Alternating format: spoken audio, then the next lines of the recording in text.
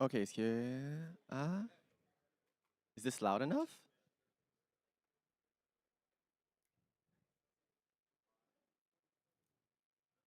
Um, yeah, before we start, we are supposed to check the slides. Can we see the slides on the screen?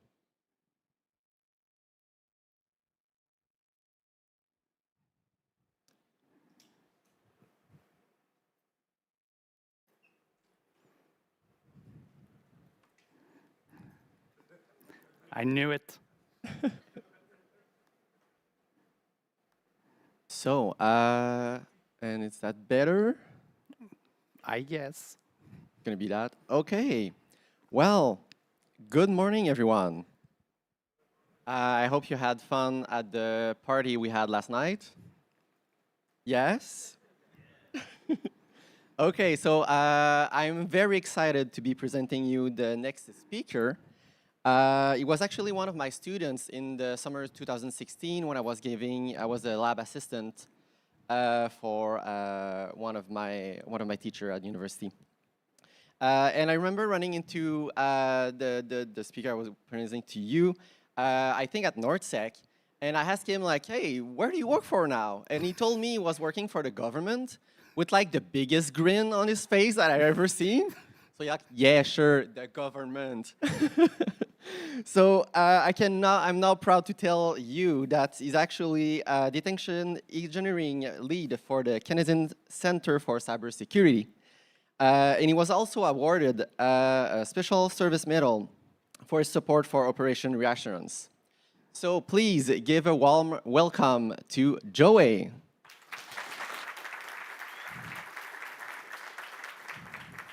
Good morning. It feels great to be there presenting for the first time after attending NorthSec for 10 years. So yeah, feels great. Finally, I'm participating. I can still remember being an IT engineering student in the crowd. Just robes. It's about to give me a seizure, but no, it's fine. And that was just NorthSec was a confirmation that cybersecurity was the career choice I wanted to make. So anyway, I have absolutely no segue from there, so let's talk about pollution.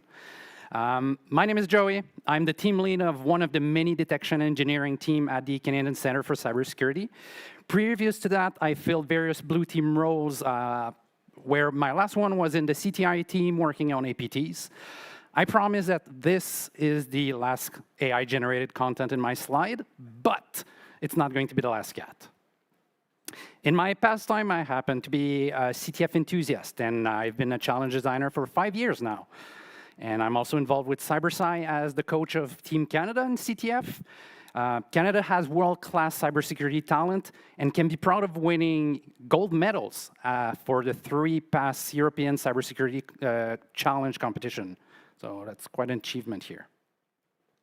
I'm also involved in most high-profile incident response cases that the Cyber Center helped with. And if you watch TV shows, you might have also seen me on Le Gros Laboratoire on Radio-Canada. If not, here's a sample here. Now, the Canadian Center for Cybersecurity is part of the Communication Security Establishment, CSE, and is the federal government's operational and technical lead for cybersecurity. Our mandate is to offer cybersecurity services to various clients across the country, ranging from federal institutions to system of importance, these electronic systems of Latvia and Ukraine, and other systems designated as system of importance by the Minister of National Defense. In the critical infrastructure, we help all the levels of government, so whether you're municipal, provincial, territorial, and even indigenous. We help the energy sector, the finance sector, the telecommunication sector, and a lot more. So we had elections not too long ago. We help with that. The cyber defense branch that I'm part of offers a suite of tools and services and sensors to federal institutions. The portfolio of sensor and log collector let us cover most of the IT footprint of the Government of Canada. So we have various log aggregator, our very own host-based sensor, our very own cloud-based sensors, and a bunch of network sensors. Now, collecting data at that scale is already quite the endeavor. And here comes my problem, and why I want to talk about pollution and noise pollution. With over 167 clients, almost 1 million devices protected, 200,000 and more host events per second. That's a tsunami of data that has to be analyzed. Just to give an example, our manual and automated analysis is actioning about 3 billion network blocks every day to protect our clients. Now, my team is part of the Security Operations Center, and let me tell you that noise pollution causes a lot of pain, and it's resulting in alert fatigue. But to be honest, that noise pollution is caused by pain. Let me explain here. You might have heard of the infamous pyramid of pain. It's a great attempt at presenting the inside of your threat intelligence and what it can provide. The more you go up the pyramid, the more challenging it is for an actor to modify their TTPs. Now, which would technically make your detection future-proof. On the blue team side, you're also a victim of the same pyramid, where the bottom levels are often ephemeral and noisy. But in a mature SOC, defense in depth is key, and one can't ignore the lower part of that pyramid, even if it's painful to triage. This here is what you can't afford to miss. You can't miss an incident that's using known malicious infrastructure, especially when you're paying hundreds of thousands of dollars in various feeds. Your board will simply not like it, that you're wasting the investment. But I'm here today to suggest ways to give glory back to the indicators of compromise. Let's avoid the IOCs from turning into indication of cacophony here. Of the many reasons why IOC-based detection can be noisy, there is deceptive data. You just don't have the right data. Capturing net flow data will not help you detect the encrypted web shell traffic that you have on your server. What you need is either full PCAP catcher with TLS offloading, or you need host data. Ignoring the intelligence part of CTI. Context matter here. That new fake CAPTCHA domain that you queried, well, if it's not starting from the Explorer process where a user did Windows R, pasted the command and pressed enter, you're likely looking at a false positive here. An imbalance of human activity. There's always more room for automation, but then at the same time, don't let automation hallucinate a response.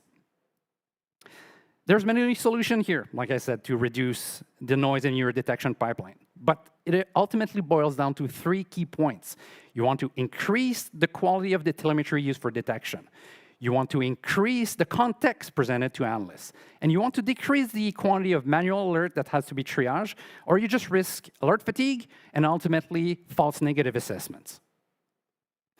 To solve the problem of noise detection, detection engineers have to change their mindsets from detecting what is malicious to detecting what is legitimate. Exploring the noise one feature at a time is critical to lowering the noise itself. The solution here, building a 2220 knowledge base to provide enough context for triage analysts to be able to triage their alerts. So an analyst should be able in 20 seconds to identify the behavior they're looking at. In 2 minutes, they should be able to understand it. And in 20 minutes, they should be able to recognize how an actor would abuse that behavior here. Let's just demonstrate that here. It's a nice Friday afternoon, morning right now, but afternoon. It's 4 p.m., the sun is shining, it's a nice 30 degrees in Montreal, and you can smell that the weekend's coming here. You get a notification, new critical alert to triage in your alerting platform. Oh no. The local IP of your clients is uploading 2 GB of data to an IP tag by your CTI team as Volt Typhoon, and it's doing it over port 7680. That's it. That's your alert. What do? Do you triage by discarding it, or do you escalate it? Now, assessing the alert without additional information is just wrong. In that case here, artificial intelligence was even as hallucinating an incorrect explanation, and we didn't have any knowledge base that was rich enough to provide context. And as a detection engineer, I should have packaged a 2220 definition, allowing an analyst to triage by the alert by identifying, understanding, and finding abuse of this behavior here. So let's just build one together. Time to build one so that we never have to do it in the future. Let's start with the hypothesis that any traffic with port 7680 is indicative of delivery optimization. We're going to deep dive into it in 22 minutes and 20 seconds, but please don't time me. Analysts should be able to identify delivery optimization in about 20 seconds. So here's what you need to know. It is a Windows 10 and 11 feature that is cloud managed by Microsoft, and it features a peer-to-peer client and downloader service, normally over port 7680. It is not malicious at all. And the content that you're downloading via delivery optimization is normally Windows updates, Windows Store apps, and Windows Defender definition updates. The download is orchestrated and downloaded via Microsoft servers, network peers, and the Microsoft Connected Cache. And that's it. Port 7680 is all you need to remember on how to identify this. But let's get a little more technical and understand how it works. Delivery optimization is a service, so you'll find information about it in the registry. It is started by SVC host under the network service user. The DLL that it uses is all in system 32, so dosvc.dll, and that's pretty much it for it. Like I said already, it is on by default on Windows 10 and 11, and the expected result of using delivery optimization is supposed to have a result of having reduced bandwidth usage and a faster update process. Now, let's run you through one of the examples. Take a classic patch Tuesdays. You have to download a 700 megabyte new patch. It's great. Now, looking at the entire fleet of Windows machines that Microsoft has of 1.4 billion devices worldwide, that's quite a lot of terabytes to download on a Tuesday, let's say that way. And if we tune it down to your deployment or our deployment of about 1 million devices, it's still 700 terabytes of data that has to cross our various sensors, and it's causing a lot of pollution here. Now, the way that delivery optimization works is that it's going to take the full update, split it into equally sized chunks. Some of the chunks are going to be downloaded via Microsoft servers.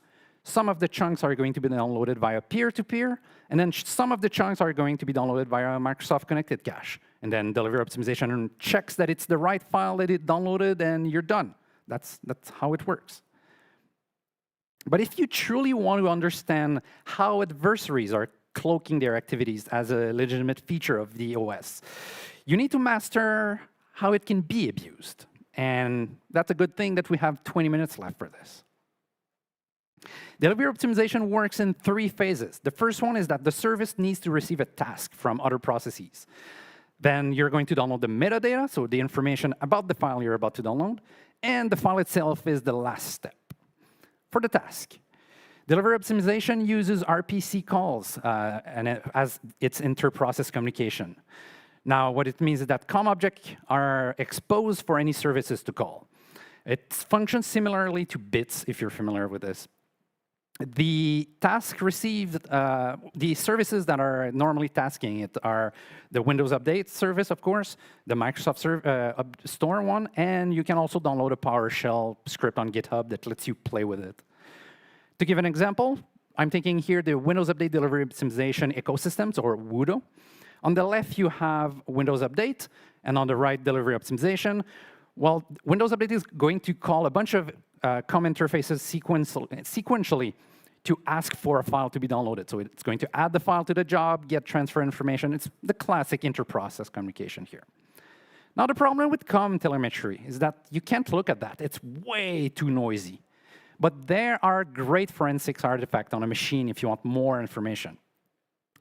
There's a file called dosvcd-state.dat that is high formatted. So you can open it with your registry editor, even though it's not in the registry.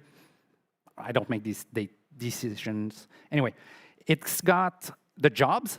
So those are the individual file downloads.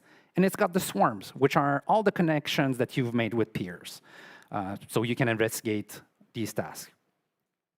There's also some built-in PowerShell commands that you can use on your machine to get more information about these tasks as well.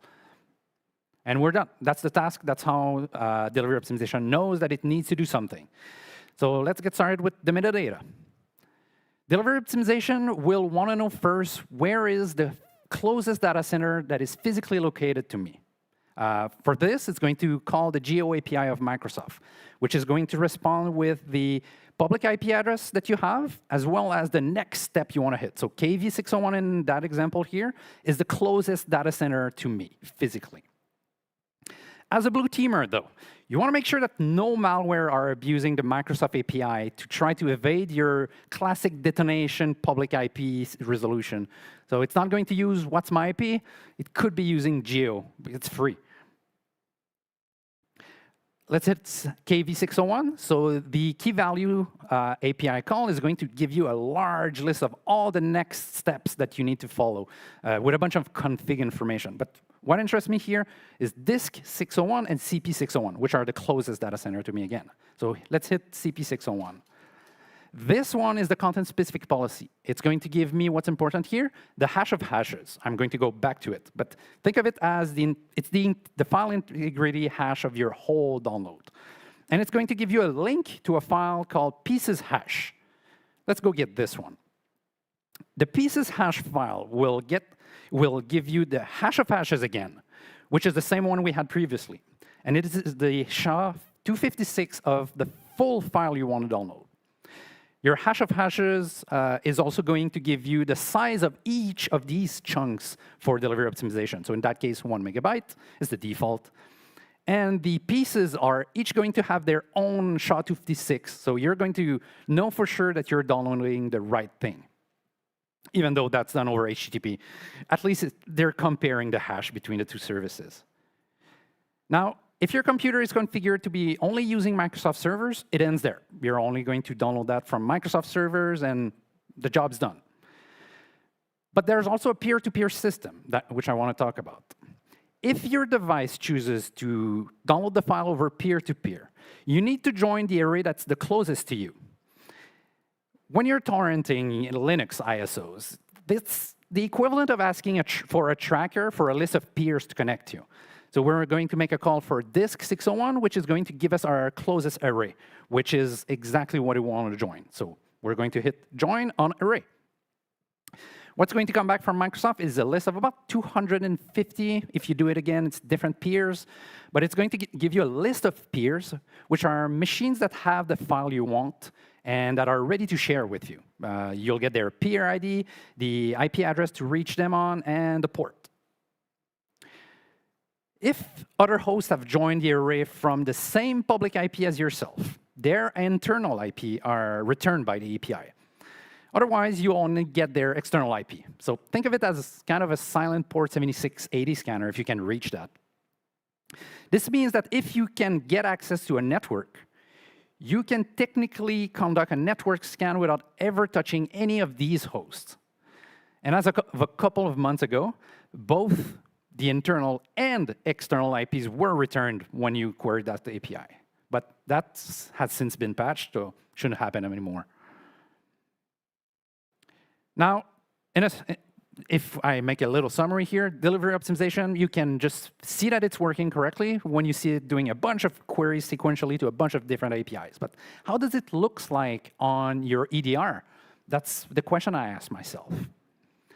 Digging into legitimate features can sometimes uncover weird behavior from your own security tools. And as a mandatory disclaimer here, what I'm about to explain has since been improved on our own host-based sensor. So I recommend still taking a look at your own EDR to see if this flawed logic impacts you here. We're expecting the first query to be on Geo. So that's technically the real network query. First one, geo.microsoft.com. What our EDR was reporting was array 618. Sure. OK, let's look at the next one. KV601, Akamai Edge. I'm not getting what I expect here. CP601, Akamai Edge. OK, Akamai is resolving everything now. DL.delivery, whatever. Oh, we're getting the right one. I'm even more confused here. Disk 601, we're back on Akamai. And the last one, array 601, now we're hitting array 601. Please help me, someone, I don't understand. Actually, I do now. And it's always DNS. When you're making a query for KV601, you're not getting an A record. You're getting a CNAME, which points to a load balancer system. And this load balancer edge key is giving you another CNAME for Akamai here. And then Akamai is giving you an IP address, an A record. So what that means is that if a host doing a query for the initial domain would, when it's making a query for a KV601, it's the last domain in the CNAME chain that it's storing in its DNS cache. And because an EDR has no way to inspect the traffic that you have, it has to rely on that DNS cache to map the IP back to the domain. So if what you have in your DNS cache is just wrong and incomplete, that's what the EDR is going to report anyway.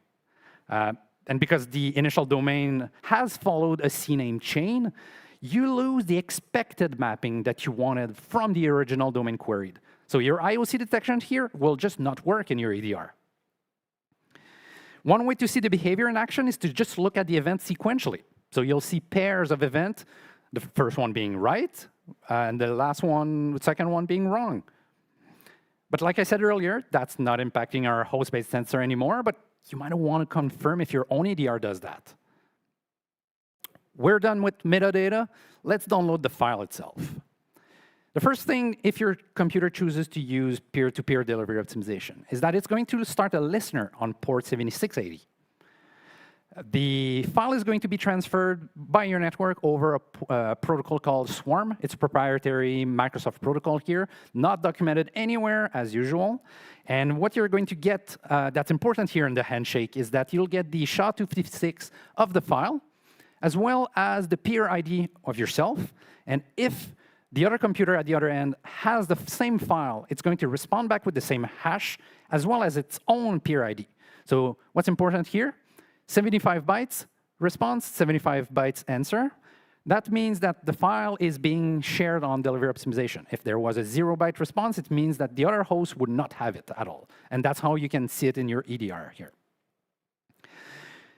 That is the only call, the part of the Swarm protocol that's been fuzzed in open source. And delivery optimization runs with SCD bugs permission. So please try to fuzz the other one and contribute back if you have time, because it's kind of important that this one gets audited. Now, if you see in your EDR that more than 75 bytes were transferred, more data than that, it means that a file was shared over peer-to-peer delivery optimization.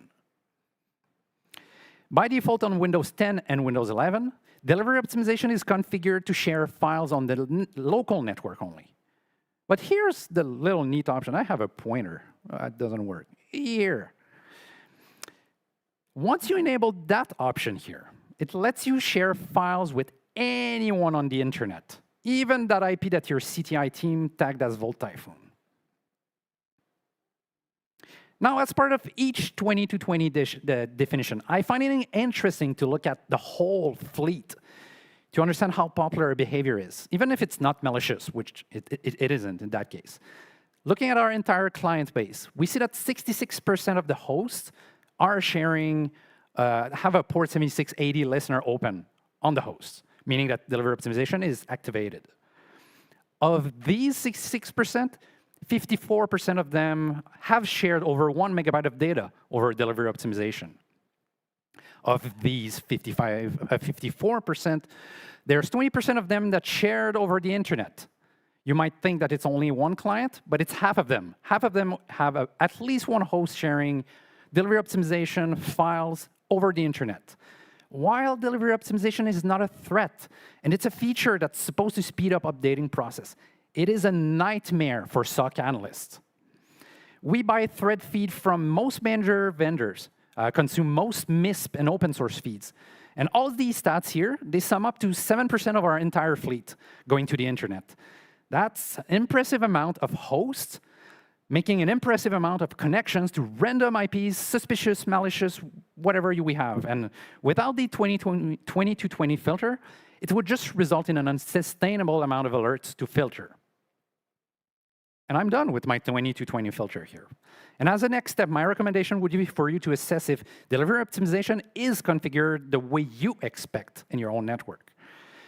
I will myself keep focusing on identifying, understanding, and finding sources of abuse of more operating system features.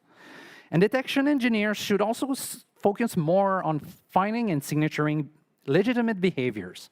As blue teamers, we need to keep focusing on reducing the noise that gets to our SOC analysts. That's the only way that we can regain trust in IOC detection here. If you want to get started, that's your slide to take a picture of. If you want to get started, there's plenty of open source research that's done to imitate the same recipe here. Encyclopedia documents most Windows files and processes in depth, and it's also linking to rules on how to abuse it and how to detect abuses. If you like the Sigma format, it speaks like Sigma. The MITRE ATT&CK framework, well, it needs no introduction, but its data source section is great at quickly identifying these legitimate behaviors. My favorite here, living off the land. The name says exactly what it is. It lists a ton of projects around various use cases of legitimate and less legitimate OS features. And behind each repository on it, there's hundreds of techniques that will help you build your knowledge base. Have a look at the WTF bins and living off the false positive, quite interesting. Now we're back with this. I told you that I would delegate that part here. Fortunately, we built a 2220 filters to help here. By doing data fusion with your EDR data and your network data, we're now able to identify that it follows the regular delivery optimization process chain here. A pre-computed verification routine can also confirm that it is delivery optimization, and it generates a tag on the alert to help us understand what we're seeing. And luckily for us, there's even someone that presented at NorthSec 2025 about delivery optimization, and the system added a link to the YouTube video of this talk here. Now, you're the analyst. How do you triage this? Do you triage it? Do you discard it, or do you escalate it? And if you guessed that discarding it was the right answer in that case, you are correct. The poor IP address was probably used compromised infrastructure in that case that was used as a relay box, but our client happened to share Windows updates with it. That always happens. On that note, that's it for me today. And I'm wishing you an incident-free Friday, and I will see you soon with the next 2220. Thank you.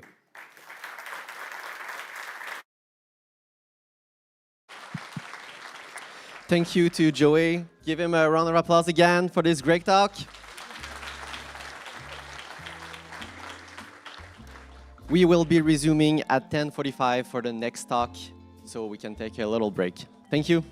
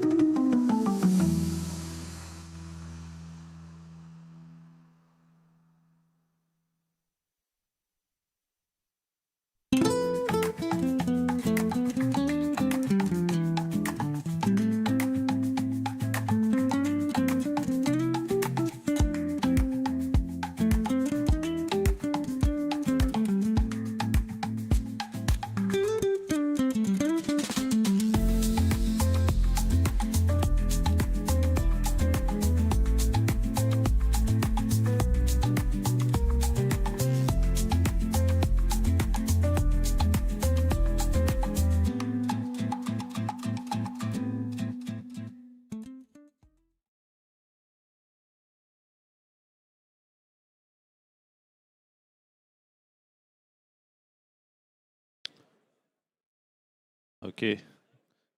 Good morning, everyone. I hope you're having fun at NorthSec today. I just have one question for you. Who has more than 100 points on the social badge? Okay. 200? 200? No. 900? No? No one? Okay, sure. So I'm here today to present Ignacio. Yeah. So he's a ethical hacker, and he's going to talk about his hacking stories and the challenge to disclosing vulnerabilities and stuff. So please, can I have a warm welcome to Ignacio? It's working this one? Perfect. Okay. Thank you, everyone. Thank you. I expected less people, to be honest. After the party last night, I thought all people will be drunk or hungover or something like that. Sorry for my voice. I get sick because the hotel is sick, so I'll try to do my best. I'm Ignacio Navarro. It's my second time here at NorthSec, so I really love it. Thank you for having me here. I'm 27. I'm from Argentina. I don't know if you cannot see the slides over there. But believe me that I'm from Argentina. I'm from Argentina. I'm 27. Okay, let's I speak in some conference. I do some medical hacking stuff, and also I work as application security in an insurance company from Argentina. And that one is my Twitter or GitHub or LinkedIn if you have any question after this one. I think we have time for those, but it's the first time that I'm presenting this talk, and I didn't practice this one, so I'm not sure.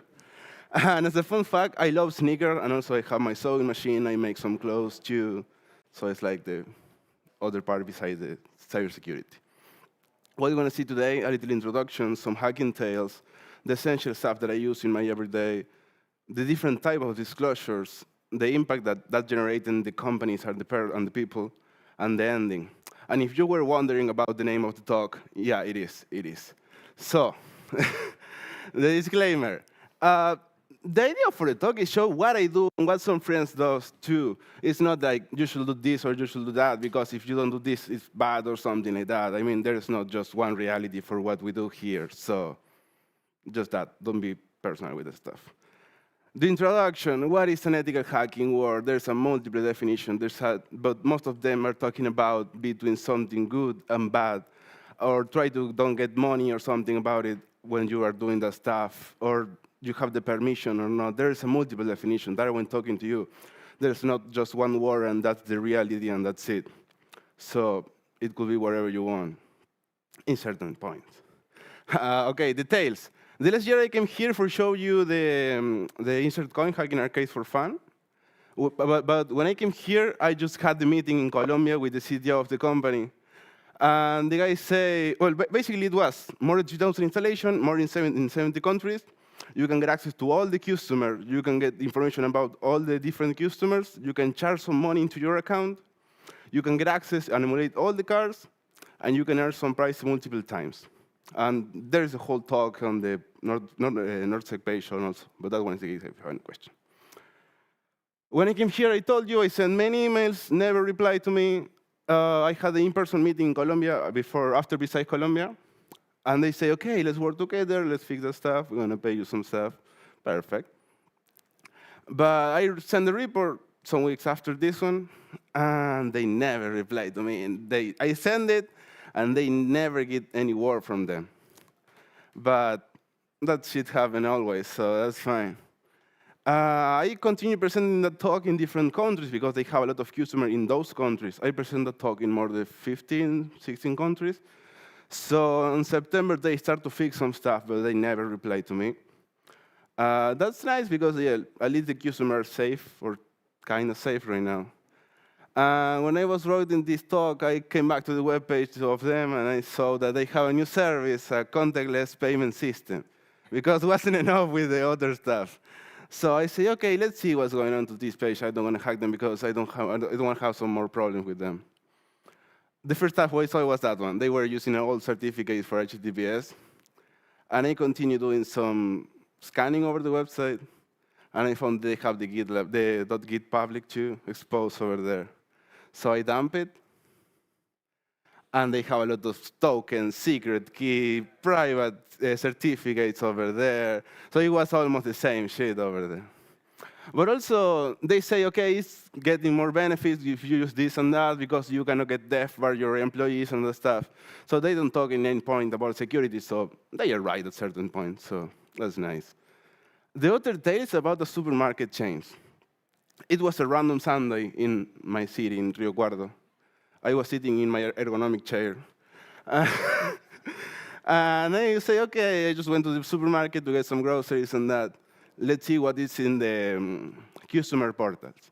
You can create your account, and they give you a card, and with your name and some random code. But the tarjeta, the card, was an idol over there. What's an idol? I don't explain it, but it's just when you can basically repeat the same idea, changing it for 1, 2, 3, 4, 5, 63, 64, 69. And then when you can get all the customers, but you just get the cards and the numbers. Maybe you can use some benefits and that, but it's not so interesting stuff that you can do with the data. So I say, okay, I need more shit to try to dig in a little bit more. I came back to the website, and I found they have the wrong queue exposed. It was safe. It had user password. It didn't have any vulnerability public. But they have the logs exposed, the error logs. So I get it, I continue read it, and all the requests came from the local host. So that sucks a little bit. But thanks God, there is an X forward for header with a public IP. I take that public IP and I scan it, and they have a lot of different ports open. One of them was the 80, and that was another customer portal, but a little bit old. So I say, okay, maybe we can create our user and do some other stuff. So I create my account, but that didn't have any permission. When I try to do some stuff that say, okay, you are not administrator, contact to the system people and they're gonna fix it. So that sucks. I need to get more lucky over there. That's why I put all the Britney Spears songs over there, because in my mind it would be nice, but after when I continue ready to talk, it didn't make any sense because there wasn't a lot of different Britney songs talking about cybersecurity. So I just did the same scan with cookies, and they have a lot of different PHP files exposed. There was interesting one who have all the contact, all the connect user and the IP and where they're from and that stuff, and that was me, the test over there. I digging up in more other files, and they have the text editor over there. It's just a random test block. But when you save it, you get an ID. That ID was a numeric ID, sequential ID. So that didn't have any validation, so basically it was another ID too. And in those files, you can find different password, usernames, for example, for the WordPress site. You can get with the admin access over there, the FTP server for the website too, some SSH credentials with the root permissions. And at the beginning, we saw that old portal, and they have the port for MySQL open too. And with that toolset, we have write and read access. We can see all the employees' data, all the customer data, where they bought, what they bought, which card they bought, and stuff. And also for the employees, I have some gossip for you. For the employees, they have some part where they say, no, this person didn't come to work because has some familiar issue, and say, why are you saying this shit in the database? But I don't know. And also, you can change the prices. I mean, you can change all the fucking prices in different supermarkets and go there for free, too. I didn't do that stuff. I just, for let you know. About the ticket company. As I told you, I'm from Córdoba, and there is two typical stuff from Córdoba, the Fernet and the Cuarteto. So I was in my ergonomic chair again, and my cousin texted me, hey, we are going to go to, that one is the Fernet, just for your information. Fernet and Coca-Cola? Perfect. My cousin texted me, hey, we are going to go to a techno party, to a rave. And I don't like that kind of stuff. I prefer more Cuarteto, that type of music. So this one is a real famous Argentinian song from Cuarteto. It's one of the owner of that shit. I'm more like into that stuff. But she told me, no, but the party going to be here in the lake. So I say, okay, yeah, I want to go there. So I bought my ticket. But when I enter into the web page and see my user, guess what? It was there. Another idle over there. For all the users. So basically, you can get access to all the different users and the data and the stuff. But the last year I showed you, basically, the idle, that was idle, but you can change the email account. So I tried that stuff with my account, and that changed successfully over there. So I say, okay, I want to be admin right now. We cannot change the permission into the account. We can change the email and all the stuff, but not the permission. So we can change the email of the admin account. It was the #1, obviously, because who is the admin? The #1. So I changed it, and I reset the password. I say, hey, I forgot my password. The owner never get any email or something about it. I changed the password and get access to the all the console for that person. You can manage all the SAL, get all the user data. You can transfer some tickets generated for free. You can see how much money they gain in that shit. And I want to be a techno producer right now. So I continued digging up a little bit, and it wasn't just techno. They were using a system who was owned by another company from Córdoba, and they say, no, we have more than 1 million ticket users per year. We are more in 80 cities. We have a lot of events and stuff, so it was a big shit. I'm going to tell you what was the response in the company in some minutes.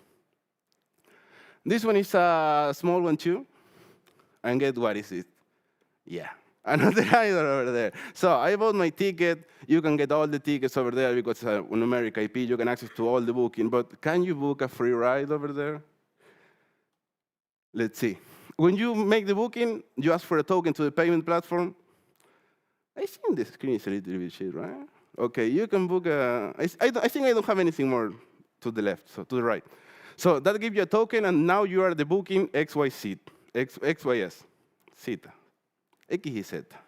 So with that booking, you send the password, the post data to the payment platform, and that give you, okay, it was good or bad. But the problem there, they don't have any validation. Let's say there was no tampering protection over there. So basically, when you send the post, I'm the XYZ, and the transaction amount is 5,000, 50,000. But if we change that stuff, for example, to 5, it's approved. I mean, they never validate that that was the real amount of money that you needed. So basically, you can get access. That one is my card. In pesos, is 5 is 1. It used to be before some economic shit in Argentina, you know? So this one is the last one. And then we have some shit, but I think we are OK with the time. So this one is a company that in my insurance company we use for the gift card, for the benefits, for the employees and the people. The problem was that they have a lot of exposed files, a lot of log with the credential. We reported and they fixed it. But they have a lot of some JS with some the request data and comment string. For example, this one say, this one is not working. I know, I'm feeling you, but I don't know what I'm saying. I don't know why you still have that shit over there. So I found this one, the wsconsume.php, who do some different stuff. I reported. And they say, no, this one is old stuff. We never use this one anymore, so don't pay attention to that one. It doesn't matter. What it does, for the login, the front is call to that page to check if the client is on, if that client exists. That's bad at the beginning because you can use a user enumeration over there because that just asks your ID number and that's it. But OK, the pre-login say to you, OK, it was good. We know that you're a client of us. So now you can do the login with the user and password encrypted. So now we call to another one called encrypt3ds to encrypt the password. You send the password in plain text that gives you encrypted. And then with that password, you send it another time again to the wsconsume, but encrypted. So, and that gives you the token and all the data, or your last sales and that stuff. So when I ask for the client pre-login, it gives me a lot of data that say, OK, the user exists. This one is the number. This one is the ID. This is where they live. This is the phone number, and that's it. That's bad. But check that small part over there, that encrypted stuff over there. That basically was the password. I mean, in the pre-login, they give you the password. You never have to check it or know what it was in plain text. I mean, it just give it to you.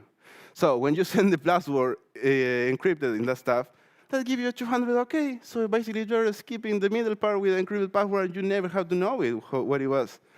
But another goes for you. When I report this stuff and they say, no, this one is really old, don't pay attention. We were in a meeting with the CTO of this company. And that guy says that stuff. So I say, no, but I have a POC for you if you want it, just to double check it. So I grab his ID number. I logged it into his account. And when I was sharing my screen, I realized that there was a lot of different sales from that account. It was different gift cards from $200, $300, $500. The guy was taking almost 1,000 or more per month just in gift card. And I don't know why, magically, at the next week, it was fixed. So there was no more files over there. But who I am to judge the people, so. About the essentials, it's going to be super easy and super fast, maybe. I think we're OK with time, but just in case. I wrote all the stuff over there, too, and also I'm going to post a slide tomorrow or after this one, so you can take a picture, that's it. But FIP is the normal stuff, too, and the Nmap. For the domain, DNS and subfinder, go faster. For the tech, to know which technology are using that website. This stuff is more focused on web applications and stuff, if you didn't realize that. For Nuclei or Nix, so Wapalizer is a plugin too. Kaido, Subboard. The Kaido people have a workshop right now, I think. And if they have some licenses for free over there, we are here. About the URLs, Gower Waymore, it takes stuff from the archive. The directory, there's 2, Go Buster, Fav, Git Dumper, APK tool. There's a bunch of different tools, depends what you want to do and which tools you want to use. In this case, most of them, I think all of them, but not website, are free. And open source too, so which one are the common mistakes in this kind of stuff? The first is that this one is a testing environment, changing some data and the stuff. It is not. I mean, this one is a real production website for the companies and that, so don't play a lot with that stuff. Don't play at all, no, not too much. Don't clean up the stuff. Maybe we do some pen testing and that, and we forgot some reverse shell over there and some PHP, so clean it before the stuff. And also, in my case, for example, I gave my IP. Hey, I found this. This one is my IP. If you have any questions or something like that, just can read your log if you have some of them, and that's it. The outages too. I mean, those are production websites, but maybe the configuration of the infra is not the best. And the legal mistakes, because we are doing this stuff ethically, and we want to report this one, but if they catch you in the middle, you can say, no, but I'm a good person, blah, blah, blah. But yeah, it's your word between instead of the other one. So I don't know. About the disclosure, you have a lot of different types. Full, private, responsible, coordinated, or, well, that's why they have the asterisk over there, coordinated and bug bounty. Full disclosure is basically, okay, I found this, you go public, and you post all the data over there, and that's it. Private, when you send the stuff directly with the company. And then responsible is when you say, okay, hey, I found this, I'm going to give you this time to fix it. If not, they'll go public. And then coordinated is like similar. Yeah, it's like similar, but there is a third party involved in that stuff. I mean, there's like different companies or by the government. For example, in this case, you have CTC from Belgium, and they have a really nice program. The last year I went to Brucon, and there was one talk about it. The only problem with this, I think, is that you just need to be a citizen from Belgium for reporting. And then you have the Dutch stuff, the Dutch government. I think that you already saw the shares in all LinkedIn or Twitter. I hacked the Dutch government, and they just give me this shit. Now in Chile, there is a new law, fortunately, where you can report some different disclosure to the government, and they're going to fix it. It doesn't. I don't know if this one needs to be just direct to the government, or could be another private company. But that's a really, really, really big step in Latin America because we don't have that kind of stuff. Our president is more involved in crypto scam and that type of shit. So there is another third party for run by different companies, like SSL Disclosure, Zero Day Initiative, and that stuff. You can Google it. Some of our friends do that stuff too. But take care to which company are you reporting, because maybe they are just a broker for 0 days. I'm not saying that that's bad. because some friends do that shit too. But this is not the purpose of the talk. You can do whatever you want at the end of the day, so I'm not your dad, I think. About the importance of this shit is keep the data safe. I mean, most of the cases it's not going to be our data, but just keep it safe. The last year at the Latin talk, I showed you about the ESP from Argentina, and it was my ESP. My mother used the stuff, my grandmother, so I want to keep that stuff safe. The role of the community, I mean, you can find some different reporting and create new 0 days and learn a lot from that stuff and improve the communication between the hackers and the community so they can stop to watch us as a weird stuff and make it more nice. How to report it? My way, as I say, I keep it simple. In most cases, because the person who get the email is not the technical or the CTO or something, it's just a marketing person. For example, the last year at the Insert Coin, I sent a lot of emails to tech people, but the only person who answered to me was the marketing guy. So keep it simple. Your name, your GitLab or LinkedIn, what are your intentions? Hey, I'm doing this stuff just for report to you. I don't want to get your money or extortion or something like that to you. A little description about you have problem with this and that, and let me know if you need some help, and that's it. What about some friends? I asked to some friends to make this shit. I have a lot of different stuff, but I just put 2 or 3 because I don't have more time. I asked to El Mago. He's running the bug bounty community in Ecopari in Argentina. That's in Spanish, so I hope you can understand it, so I don't want to translate it. No, that's he's running the bug bounty village, so he say, okay, I don't do so much ethical or responsible disclosure and that stuff. I do more bug bounty. And also I work as a pen tester too, so that's it. But the fun fact about this one, when I asked this up to El Mago, he came back to NorthSec website and started digging up around. And he said, hey, I found this. And the NorthSec company had the Git post too. So I sent this stuff to Hugo, and they already fixed it immediately. But yeah, in some cases, we forgot some Git page over there. I asked to Mauro Eldrichus, he's from Argentina. He's security maintainer for BSD. And he told me, yeah, I do some private disclosure to the company. They fix it, and that's it. In some cases, you don't have any response from them, so you need to go public, in this case with Red Hat and Portainer, or get some CVE. So it's not like always do the same stuff and that. You can be changed, and if there's a big vulnerability, maybe you should be public, or you could. And if you are reporting something, don't be so insist. At least pay a little bit of attention. For example, this screenshot from Debian, and they have the public repository, and some people were reporting, hey, you have an issue here. But no, just pay a little bit of attention. Don't automate all the thing. Try to do some stuff by your own. About the impact, as I told you, you have from feeds, when you get the feedback from the companies, if you get some feedback from the company, you can get some swag and stuff, for example, or money in the case of bug bounty programs.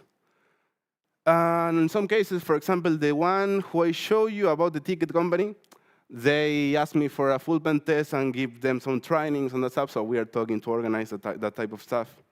But in the most of the case, I'm not saying all, you don't get any shit from them. From the ESP from yesterday, they never answered to me, but they fix it. So at least they fix it, but they never answered. And which one? No, I think all of them are like similar. About the personal side, I wrote a lot of shit over there, but when I read it, it seems like all the people who are trying to selling you trading courses or something like that, okay, personal growth, you are getting better and that shit. So I think the personal side is like that one, what we say at the beginning. I mean, you can learn a lot from that type of stuff. When you saw a new vulnerability disclosure, you can create your own tool to exploit it. You can get paid, for example. No, in this company where I'm working right now, I didn't do any test or something like that. I say, hey, we saw your talks, your disclosure and that, so maybe you can start tomorrow, and that's it. So there's a lot of stuff. And also I think this type of event are helping a lot to the community to make it more easy and safe. And we are finishing. First of all, when I wrote the talk, I never thought about it. But today is the release of the 25th anniversary of Oops, I Did It Again. So it was a magical coincidence. Another conclusion, but less important than this one. Go hack some shit, some stuff. Go there just for your fun, for some bug bounty program. Just learn to do it. Play the CTF tomorrow, today. Be patient because you don't get so frustrated of something when you report something and they never give you any shit of attention. I think this one is the most important. The tech is good, but go touch some grass sometimes. I mean, it is nice, but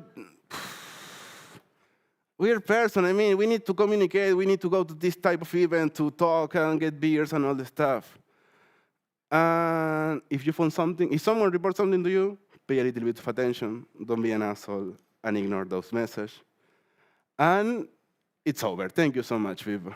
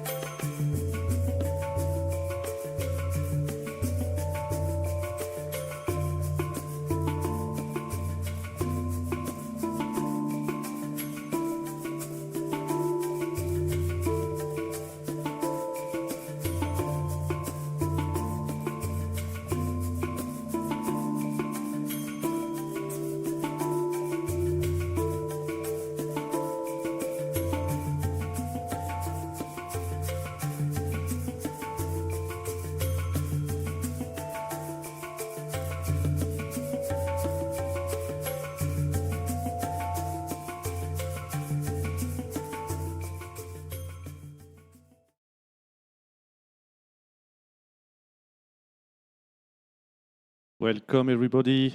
Okay, be strong. It's not lunchtime yet. I'm pleased to welcome Ronak and Chirag from White Knight's Lab, which are also a sponsor at NorthSec.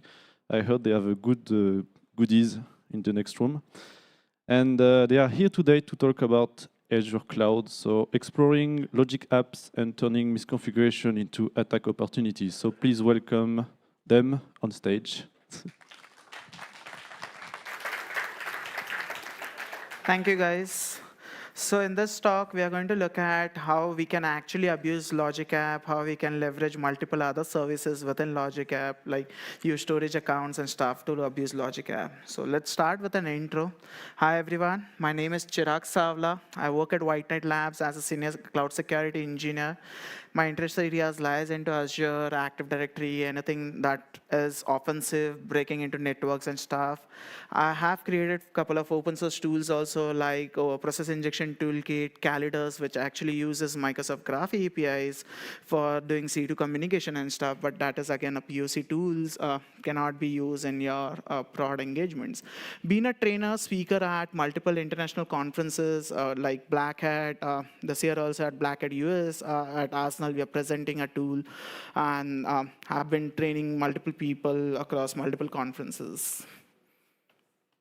So hi everyone, my name is Ronak Parmar, aka Trouble One. Even I work as a senior cloud security engineer at White Knight Labs.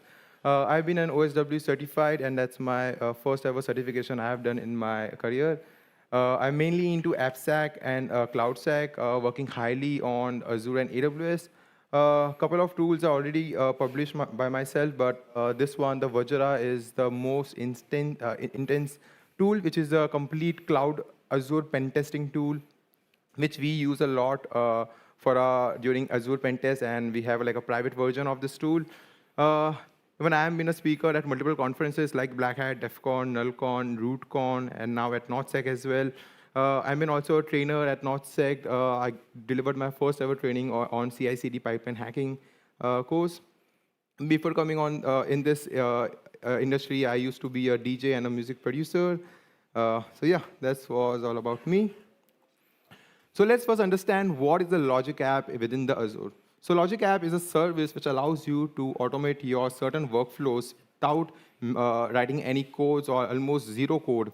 So how you do that? So there is a visual designer component which is within your Logic Apps, which can be used to just drag and drop certain tasks and just align them in the way that you want, and that's it.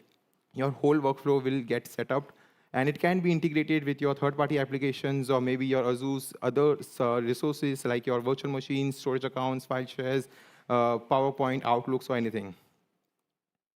So if you ask a Logic App, like, what's your plan, bro? So he will respond to you like, OK, I have two plans. I have a consumption plan, and I got a standard plan. So if you go with the consumption plan, it's just a one plan. And it means that you can only run one workflow at a time and nothing else. But if you choose for a standard plan, it means you can run multiple workflows.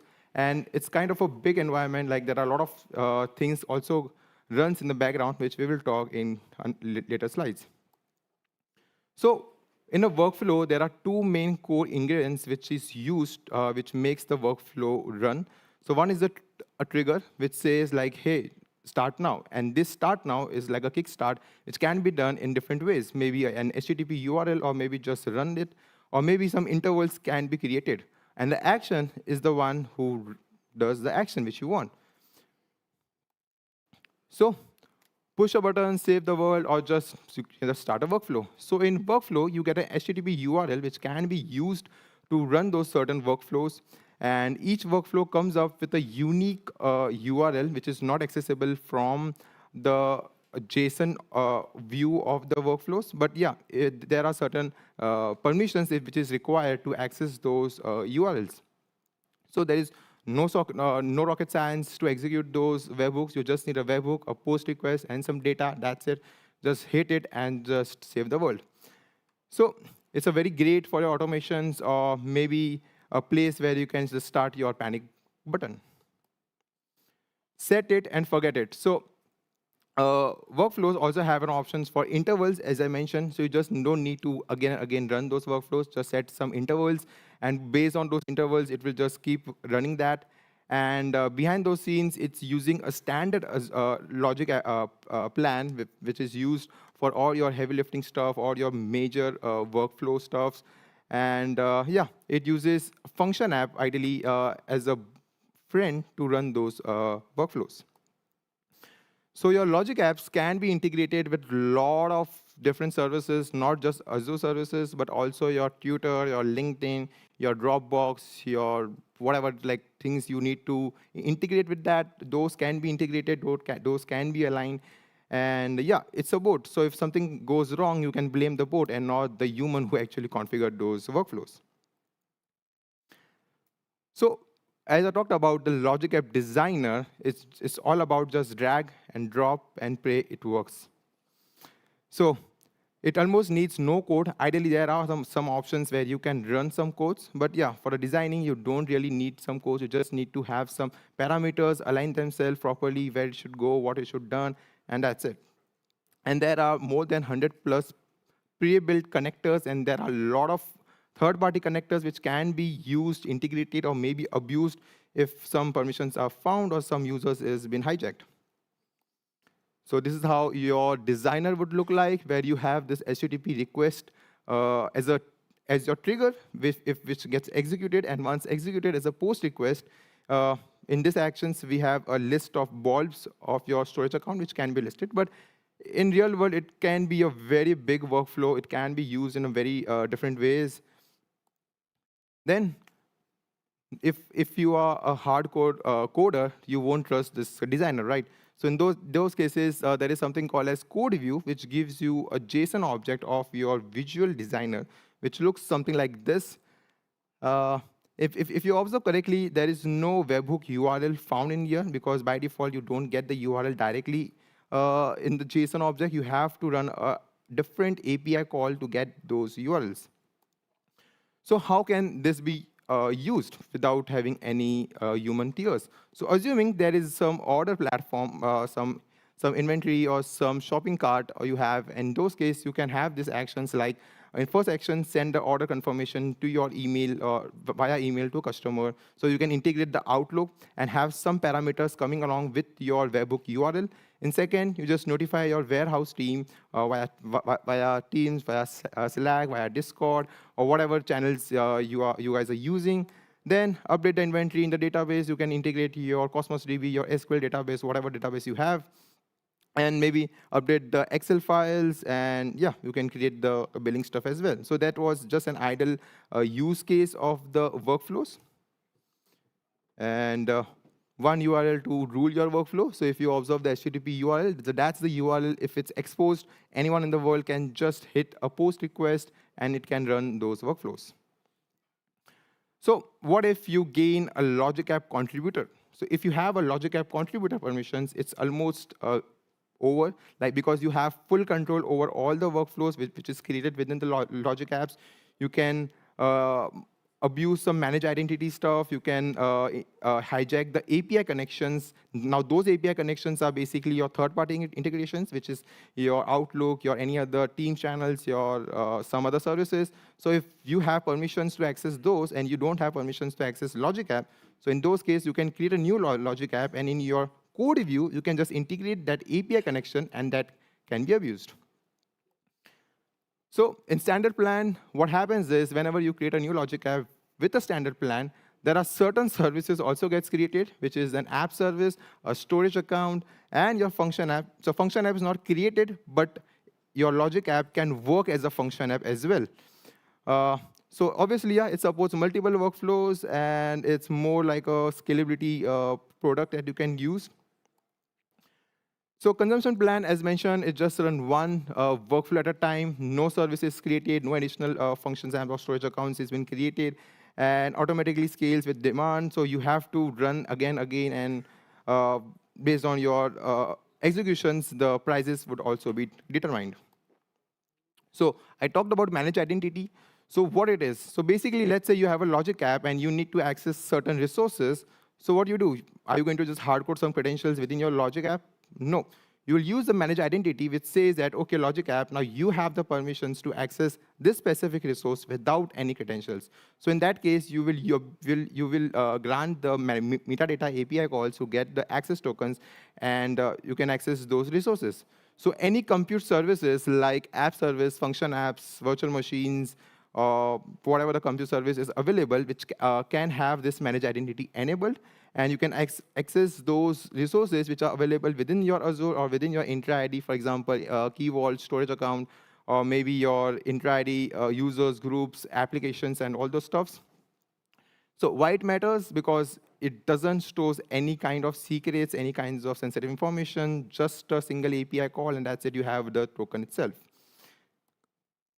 Oops. Yeah, okay, I think, okay. So if you have a contributor access, you have a free pass to steal those tokens. So what you can do is just start up a new a new workflow in that you can just execute some HTTP calls, and within the authentication of the HTTP, you can mention that I need this HTTP to go with my manage identity of certain resource, maybe like your management.azure.com or maybe your graph.microsoft.com, and you have a free pass to steal those passes or tokens.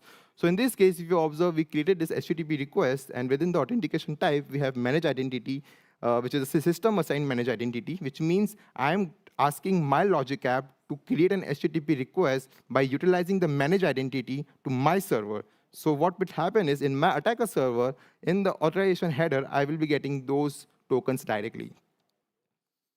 So this was the case when Logic App didn't had these options to execute system commands. Now, although some operations has been added through which you can just run the C# code or maybe Python code. But yeah, back to old days, we didn't have those options, so we have this only option to just run the HTTP call, and that's it. So raw, basic, managed. So if you observe, again, the HTTP authentication types, we have a lot of different types. For example, basic auth, clients certificates, maybe if you have a service principal, so you can just use the certificate, or maybe raw, or maybe the managed identity. So here, in the previous slide, we abused the managed identity feature. Why would you use some vault if you just can run the Control-C button to just paste some service principal credentials? So this was the scenario when me and Chirag were doing a pen test almost 1 year ago, and we found a Logic app had a service principal credentials exactly same way, doing some graph API calls just for read, but had some additional permissions through which a whole attack part was something like hijacking the complete infrastructure of the Azure, even the on-prem systems, the Intunes, the DevOps, and becoming the global admin over the intra-ID, and as well as on the AED Connect server as well. So yeah, and as I said, whenever you create a standard plan, a storage account also gets created. And what happens is all those workflows get synced up with your file shares. So anyone having access, just a read access over the storage account, can list out or can read those workflows directly. So yeah, if it's something hard-coded, a reader from storage account can hijack those credentials as well. So in Logic App, there is an option where you can upload some assemblies. Here you can see we have this auth library.exe. So they've tried to upload some exe, but we are still going to crack it open. Why? Because storage account has all those assembly files stored within your storage account as well. So again, any user having a storage reader role can actually download those exe files directly from the file shares itself. So yeah, I would transfer this to Chirag, and we have more sarcastic slides next. Yeah. Thank you, Ronak. So now we saw that we have access to a storage account, right? What if like Logic App is connected to the storage account? What if we have access to a storage account? Probably like read-write access. On the read access, we saw some things like you can extract or dump workflows. You can get assembly files which could have some sensitive information. If you look at one of the previous slide, we see that it is like .NET assemblies, right? Which means ideally it can be reversed easily, right? Currently, standard Logic App only supports .NET assemblies or client SDKs that are built in .NET Framework or .NET. And since it can be reversed, and there are ways by which you can actually find hard-coded credentials in this library files. These are like dependency files that have been used within Logic App, because now Logic App has a feature where you can run inline codes, and now the codes can be executed in like Node.js, C#, PowerShell. So you have like entire power of executing like system commands also, and probably if something like this are used as a reader privilege on a storage account, probably you can compromise a lot of more stuff. So let's go through some of the cool attack paths that we have found while exploring a Logic App. Previous year, when we actually blogged about one of the Logic App use case of how actually standard Logic App has been used, right? That time, Azure used to reveal that, OK, we use Node.js stack, and that was directly in the configuration tab. But when we were exploring this, after some time, probably Microsoft modified that entire environment. And now what we see is, we don't see a stack, but now when we actually look at the environment variables, we see function worker runtime set as .NET, which means now all the Logic App workflows, that is basically a standard Logic App workflows, run in a .NET, as a backend has a .NET pre-built, pre-install. But it does not end here. As we have already looked at how Logic App's standard plan uses function app, we actually, when you try to browse this Logic App URL, you'll see this as a default page, right? Which actually gives us an information that, boss, we are using function app, but when you actually go and check the function app tab inside the portal, you'll see nothing, okay? Which means, but Logic App is using function app. That's how it is, right? So since you can, or standard Logic App uses function app, why don't treat those storage accounts associated with it as function app? So as an attacker, you can actually create folders, upload your execution scripts. That is basically, you can say in this run.csx, which is basically a runtime file to execute .NET code with a binding file function.json. If you do that, you can deploy any code. One of the example here is, this is my .NET code, which is a default .NET code that I can upload, right? I also have a default binding file that I can upload, right? But now we saw that the function runtime is .NET. What if I tell you you can also run Node.js? There is .NET. The built-in function runtime is going to execute .NET. But if you upload a .NET function, which is like a dummy function, and at the same time, you create another folder and upload a malicious Node.js file, which can execute system commands, ideally, it would allow you to execute Node.js commands or Node.js function, but not the .NET function. Okay, I don't know the reason, but that's how Logic App works in the backend, right? Even if you upload PowerShell functions, PS files, it will allow you to execute system commands, somewhat like this. You can see I have a folder named .NET, and my .NET code, that is a dummy Logic App or function app code, which is present there. But still, when I created a new folder named Node.js func, and then I added a code which can allow me to execute system command, it does that, right? Once you have access to system command, what all things you can do?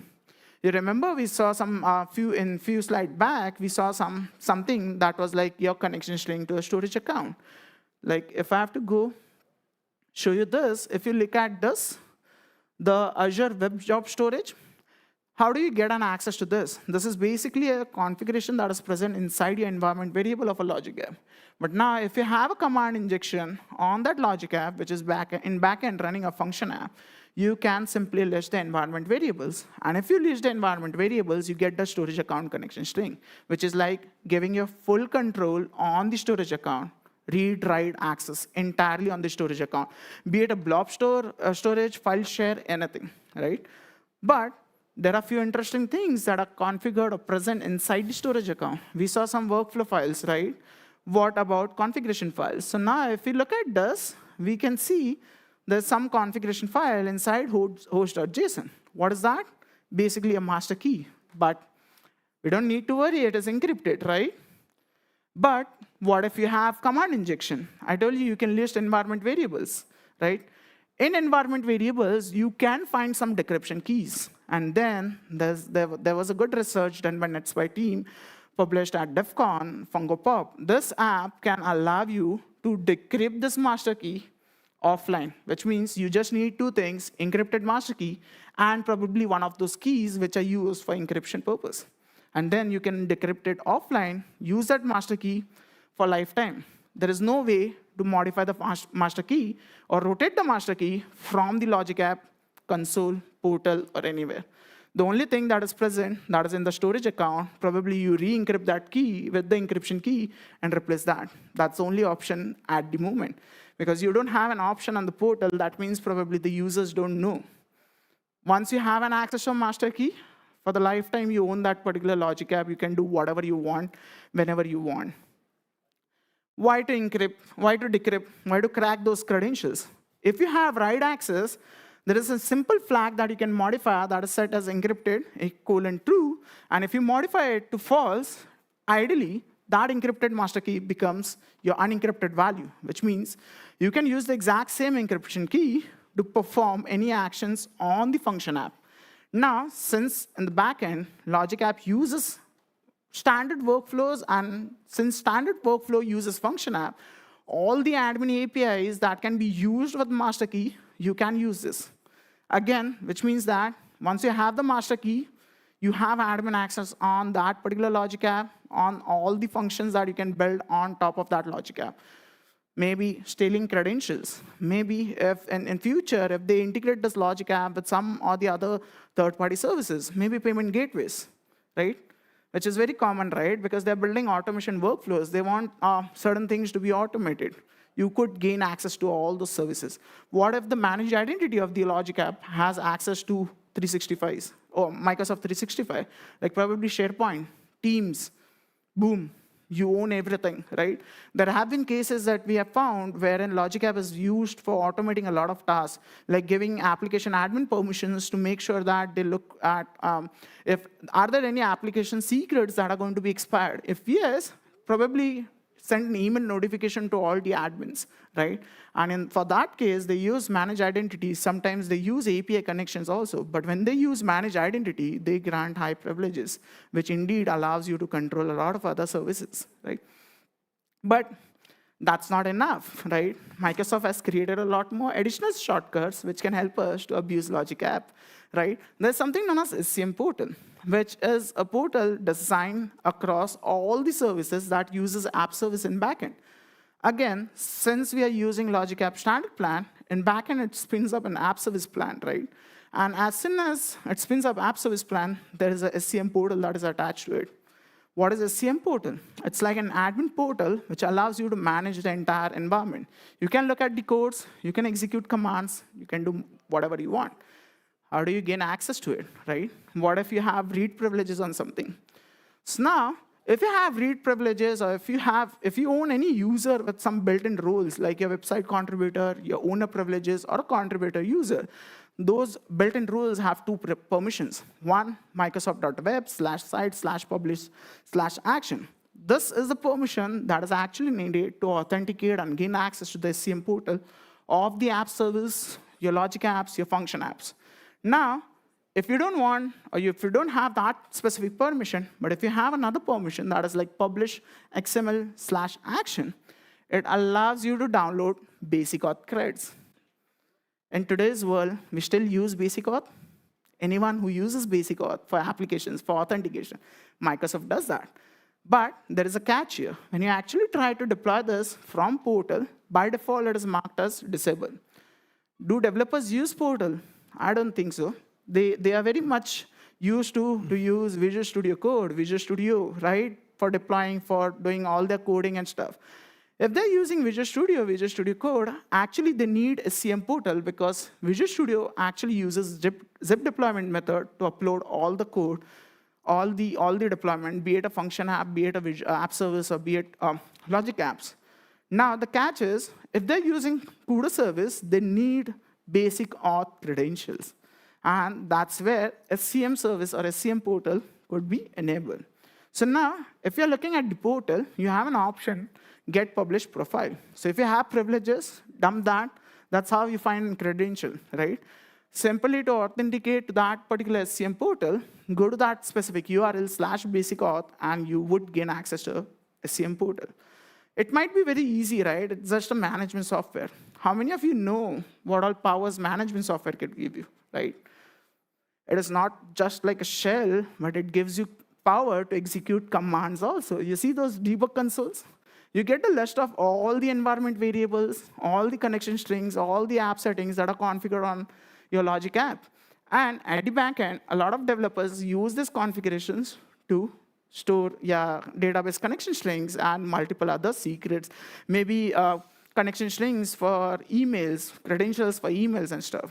But do you really want to use that when you have root shell as RC, right? So CUDA engine gives you an option, gives you a privilege to execute command directly, and that too on PowerShell or CMD, depending on the backend environments that you're using. But we know that Logic App by default deploys on a Windows machine, which means you have complete PowerShell access. You don't need command execution on a function app, command execution on a Logic App, but if you have access to this, you can still do that. It's interesting, right? Now, what if I tell you that you want to pivot from cloud to on-prem, right? But you don't want to be felt like, OK, I'm doing something wrong, right? I want to fly under the radar. What about, or how about using some Microsoft default services, right? If you're using VPN, right, it's very easy to communicate, very easy to connect. Similarly, Microsoft has something known as hybrid connection managers, right, which actually allows you to connect all your function apps, app services, or logic apps with your on-prem services. That means that if you have any services that are hosted on-prem, machines which are running probably some internal API, internal database servers, or anything like that, you can use this hybrid connection manager, which can allow you to connect from cloud to your on-prem machines, which means now your automation workflow can perform some updates in the database server that is hosted on-prem. It's so cool, right? But that is not enough. When you have connectivity, why don't we abuse it? When we see hybrid connections, if you look at this particular diagram, this is how the environment is built, right? That means that there is a bridge which is actually in backend using Azure Relay, right? Which means now you install a hybrid connection manager on an on-prem machine, and if that machine is not protected, if that machine firewall is not well managed, you can ideally use that to move laterally across other machines, other systems. This is exactly one of the attack paths which we had actually found in function app, logic apps, and it can also be used like in app services. You can see one of the attack paths where an attacker has managed to gain access, probably on the logic app, not a contributor, but a custom privilege which allows them to access the SCM portal, right? Now, since you have access to the SCM portal, you can actually access and execute PowerShell commands, which indeed gives you the capabilities of leveraging all the configuration that is present inside the logic app. That means, again, if you have hybrid connections, use that, authenticate to that particular machine, depending on the credentials. So if you look at in this diagram, there is a key vault that is associated with it that can actually have credentials that is like admin credentials to gain access on the machine. Why a developer would store admin credentials? What if I tell you logic apps can be used to manage your Windows machines, Linux machines, right? So you can also execute PS remoting command. Isn't it funny, right? You can connect your hybrid connections on a machine where you can, the hybrid connection can be configured to execute or gain access on any remote management protocols like PS remoting, WMA, and stuff. Now, if you have access to the SCM portal, and if you know hybrid connections have been used, boom, right? Your workflow is something that is going to help us to move laterally and execute any command on those machines using PS remoting commands, and you can see simple command execution. This could also allow you to move laterally, gain access to other machines. In reality, we have found this type of attack vectors from function app. We blogged about this last year, where we actually managed to gain access to another server, like gaining admin credentials, moving laterally with an on-prem network, gaining access to AD Connect machine, and then escalating our privileges to global admin, right? easy attack path, easy things that can be converted into multiple opportunities to move laterally, find hidden secrets, probably move on-prem, and then probably if you find some credentials, some more useful information that could again allow you to pivot from on-prem to cloud, right? Which can again allow you to gain GA access, that is like global admin access, right?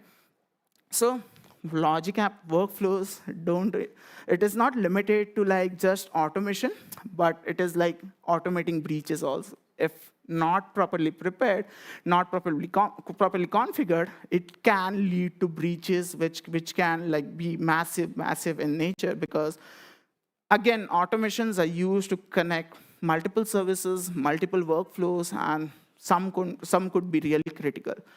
Again, why to write exploits, right? When Azure gives you everything pre-configured, all the features, all the options that can be used to abuse logic apps, abuse various API connections, abuse various service connections that are integrated with logic app. And that's what we wanted to discuss, we wanted to share. Thank you, everyone.